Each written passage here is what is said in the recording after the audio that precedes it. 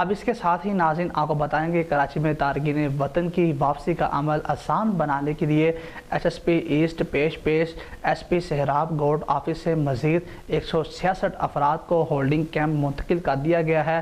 اس موقع پر عرفان بہادر نے بچوں کو پھولوں کے گلدستے پیش کیے۔ ایس ایس پی ایسٹ سید عرفان بہادر سے افغانی شہری نے گفتگو کرتے ہوئے بتایا کہ میں چھوٹا بچہ پاکستان آیا تھا، آج 40 سال بعد اپنے ملک واپس جا رہا ہوں۔ کوئی چیز یہاں پہ آپ کی رہ گئی ہو؟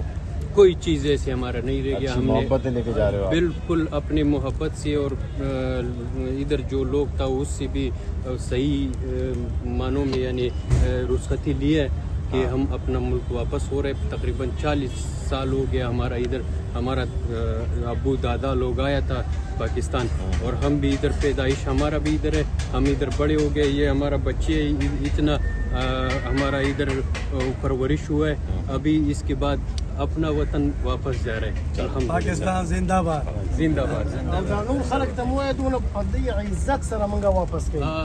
دا میسج دی خلکو ته، دا کم چې دلته کم افغانان پاتې دي، زمونږ ورونه پاتې دي، نو د هغو دپاره دا میسج دی چې دا وګوره، زمونږ د لاسونو ته وګوره، دا ایس ایس پي صاحب موږ سره په خپل ذات خود ولاړ دی، زمونږ سره یې دونه تعاون وکړو او موږ په باعزته طریقه باندې موږ د بارډر نه کراس کوي تر دې ځینواله په سیکورټۍ کې د ډاکټر د دوايي سره د خوراک د چاولو یعنی د اوبو د هر څه پورې موږ ته سهولت مهیا کوي، او د چمن د بارډر سپین بولدکه پورې موږ رسوي.